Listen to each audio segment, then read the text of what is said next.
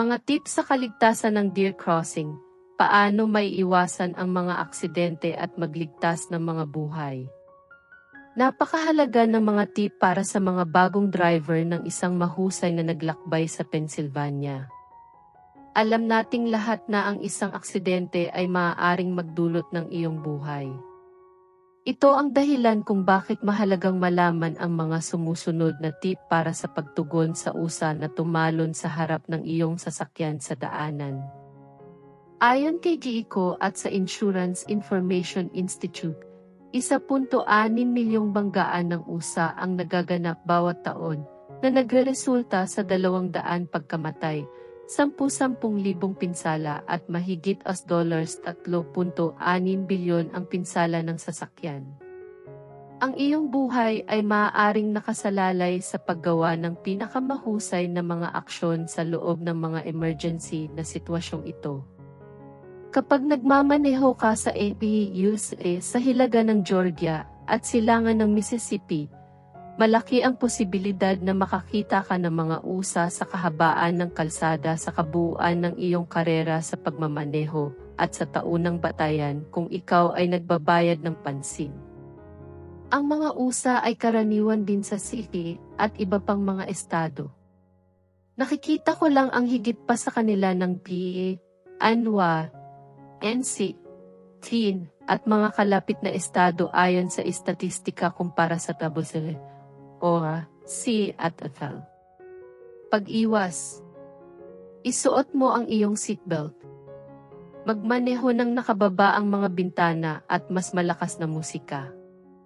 Sa Animal Kingdom, madalas na iwasan ka ng mga oso, ahas, at iba pang mga hayop kung makita o alam nilang darating ka. Bigyan sila ng pagkakataong marinig at makitang darating ka. Maaaring magdagdag ng mga whistles ng deer hood sa iyong sasakyan. I-on ang mga hazard lights.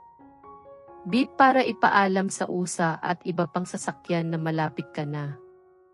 Magkaroon ng kamalayan sa mga palatandaan ng usa at iba pang mga palatandaang pangkaligtasan. I-flicker ang iyong mga ilaw upang ipaalam sa mga usa at iba pang mga sasakyan na malapit ka na. Magmaneho gamit ang Waze API dahil ipinapaalam nito sa iyo ang mga hayop at iba pang panganib sa daan. Kapag binigyan ng opsyon, magmaneho sa gitnang daanan o malapit sa gitna ng daanan.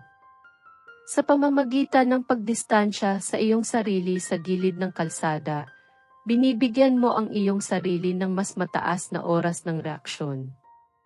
Naiipon din ang tubig sa mga gilid ng mga kalsada, kaya maaari mo ring maiwasan ang madulas sa snow o ulan din sa pamamagitan ng pagmamaneho sa gitna ng karamihan sa mga lan. Bawasan ang bilis at maging mas mag-ingat sa pagsikat ng araw, paglubog ng araw, at gabi, dahil wala ang mga usa sa gabi at mas mahirap makakita ng may kaunting liwanag. Sundin ang mga malalaking sasakyan na mahusay na nagmamaneho. Maging tagasunod sa buhay. Bilang isang taong nagmamaneho ng mag-isa ng may kumpiyansa, kaya kung magmaneho ng mag-isa ng 20 panandang pandagdag oras sa buong bansa mula W hanggang SC, SC hanggang AFAW, AFO hanggang PA nang hindi gaanong tulog sa buong gabi. Napakahalaga ng usa at pagiging depensiba sa ibang mga trooper. Sa anumang mahabang biyahe, palagi akong nakakahanap ng driver na sa tingin ko ay isang mahusay na driver, batay sa kanilang bilis, paggawa ng desisyon, paggamit ng turn signal, paglabag at pangkalahatang maaasahang mga aksyon na kanilang ginagawa. Nakahanap ako ng mga driver na nagmamaneho at nag-iisip tulad ko, pagkatapos ay sinusundan ko sila sa aking ruta. Mas gusto kong sumunod sa isang mas malaking truck, SUV, o trailer ng traktor, dahil mayroon silang mga sertipikasyon sa pagmamaneho sa itaas na antas at mas matagal huminto. Kung susundin ko sila, malamang natatawid ang usa sa harap nila, at hindi sa pagitan namin, kaya mas malamang na mabangga ang sasakyan sa harap ko at dapat lang na masigurado kong bumagal ang paghinto bago sila pabalikin. Dahil mas malaking sasakyan sila, mas mababa ang pinsala sa iyo at sa kanila. Hihinto sila ng mas mabagal. Mayroon kang mas maraming oras upang tumugon at isang mas mahusay na pangkalahatang sitwasyon para sa iyong sarili kapag sinusundan mo ang mas mahuhusay na driver sa mas malalaking sasakyan. Kapag mabilis silang lumipat sa kaliwa, alam kong pinagkakatiwalaan ko ang kanilang pagmamaneho, kaya mas mabilis akong tumugon ng ligtas sa mga sitwasyong pang-emergency. Mas ligtas ka kapag nagmamaneho ka malapit sa mas ligtas na mga sasakyan. Palibutan ang iyong sarili ng mas mahuhusay na driver na sumisira at tumutugon sa mga sitwasyong tulad mo. Magkaroon ng kamalayan sa topografiya malapit sa kalsada. Kung may mga kagubatan sa tabi ng kalsada, mas malamang na mabigla ka sa mga usa. Kung ang katabi ng daanan ay tumalon pa itaas, ang isang usa ay maaaring mabilis na tumalon pababa sa iyong daanan para sa pinababang oras ng reaksyon. Kung ang katabi ng daanan ay bababa pababa, ang isang usa ay mas mabagal na tumalon pataas at papunta sa daanan na nagbibigay daan para sa mas mataas na oras ng reaksyon. Kung may mga bakod, mga hadlang, o mga istruktura, maaari itong mag-alok sa iyo ng proteksyon laban sa mga usa. Ngunit ang mga usa ay maaaring umiral din sa mga urban na lugar. Ang panahon ng pag-aasawa ng usa ay mula Oktubre hanggang Ini, kaya maaaring mas karaniwan at mobile ang mga ito sa panahong ito. Usa sa gilid ng kalsada. Agad na bawasan ang iyong bilis at panatilihin ang iyong paa sa ibabaw ng preno. I-on ang mga hazard lights. Pagmasdan ng iba pang mga usa, madalas silang naglalakbay ng magkakagrupo. Maging handa na mag-beep o patayin ang iyong mga ilaw kung kinakailangan. Maaaring mabulag ng mga ilaw ang usa at mapahinto sila sa pagkabigla sa harap ng iyong sasakyan. Lumipat sa mas malayong lane kung available.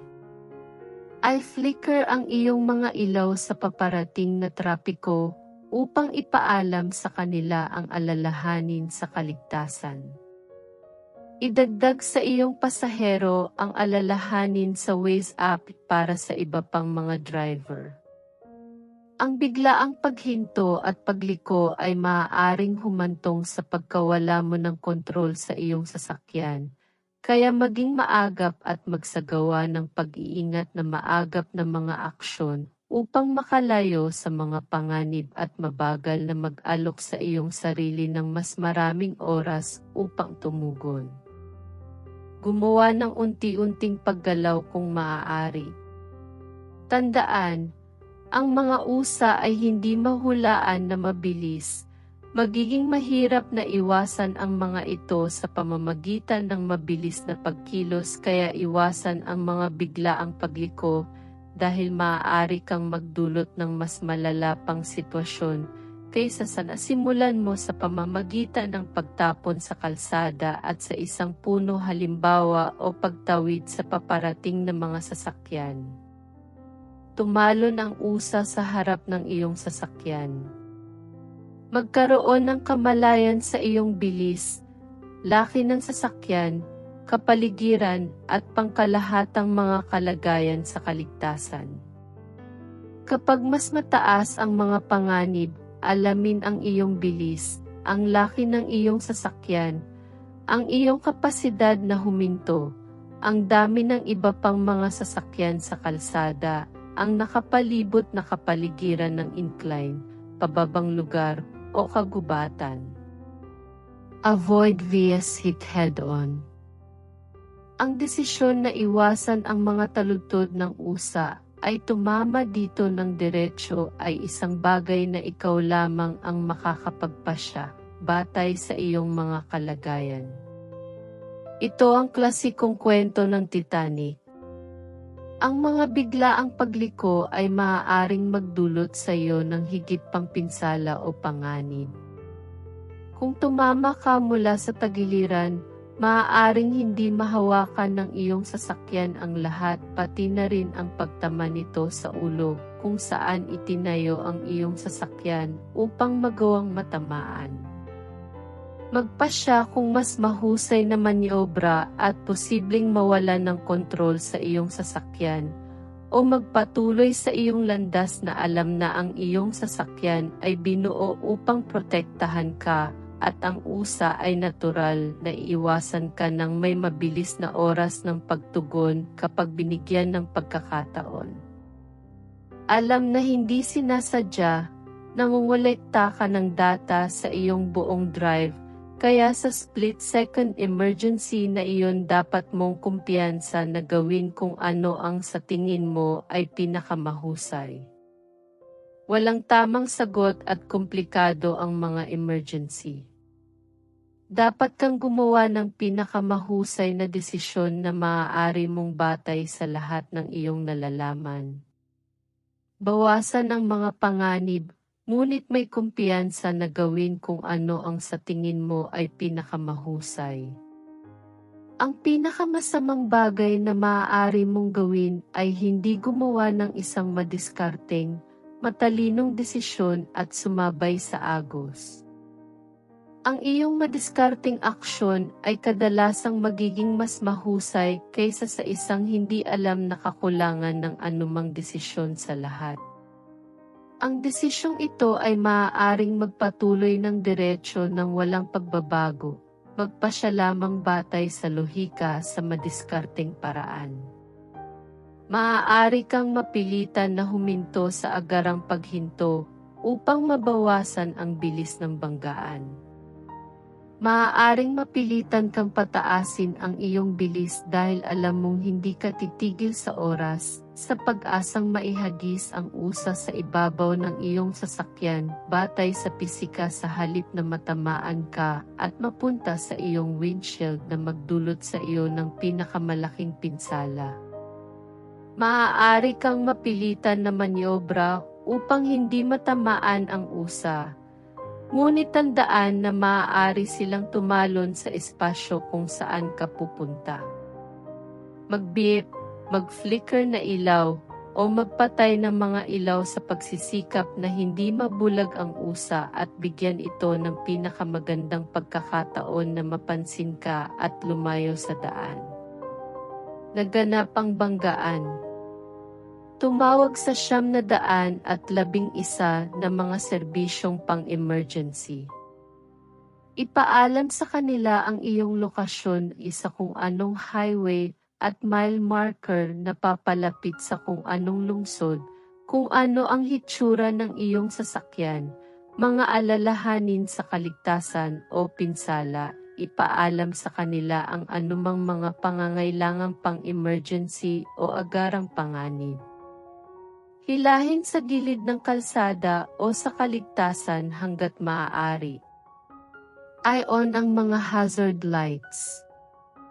Humingi ng tulong. Tumawag ng insurance para maghain ng claim at makakuha ng emergency tow. Huwag lumapit sa usa, maaaring mapanganib ang mabangis na hayop. Maaaring ilipat ng mga serbisyong pang-emergency ang usa sa mas ligtas na lugar. Mga aral na natutunan. Sa mga emerhensya at sa loob ng mahahalagang desisyon, hindi mo namamalayan na kumukuha ng maraming impormasyon at data sa loob ng mabilis na mikrosegundo ng oras. Ang pinakamagandang bagay na magagawa mo ay ang malaman ang tungkol sa mga tip na ito. Ngunit gumawa ng mga aksyon ng may kumpiyansa batay sa mga sitwasyong mayroon ka. Mayroong maraming mga paraan upang tumugon. Napakaraming aksyon na maaaring gawin. Sa pagtatapos ng araw, dapat mong gawin ang lahat ng iyong makakaya at gumawa ng mapagpasyang aksyon batay sa lahat ng mga punto ng data na mayroon ka na humahantong sa sitwasyon.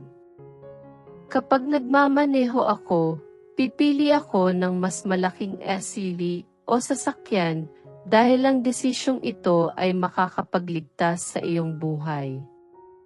Lagi kong batid kung sino ang nasa likod ko, kung sino ang nasa paligid ko, at kahit na madiskarteng sinusundan ko ang isang tao sa harap ko.